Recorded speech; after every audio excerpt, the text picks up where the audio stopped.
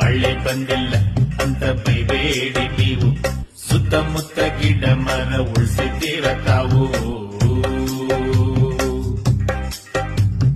ಬೆಂಗಳೂರಲ್ಲಿ 40 ಡಿಗ್ರಿ ಬಿಸಿಲು, ಆಚೆ ಹೋದ್ರೆ ನಮ್ಮ ಕೈ ಕಾಲು ಆಫು ಬಾಯ್ಲು.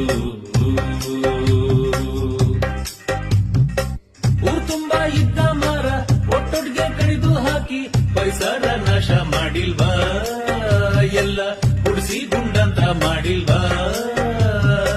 ವಾರಕ್ಕೆ ಒಂದು ದಿನ ಒಂದ್ ಕ್ವಾರ್ಟರ್ ಕಮ್ಮಿ ಕುಡ್ದು ಒಂದ್ ಮರ ಬೆಳೆಸೋಕಾಗಲ್ವಾ, ಕುಡ್ದ ಅದ್ರ ಕೆಳಗೆ ಮಲ್ಕೋಬಹುದಲ್ವಾ.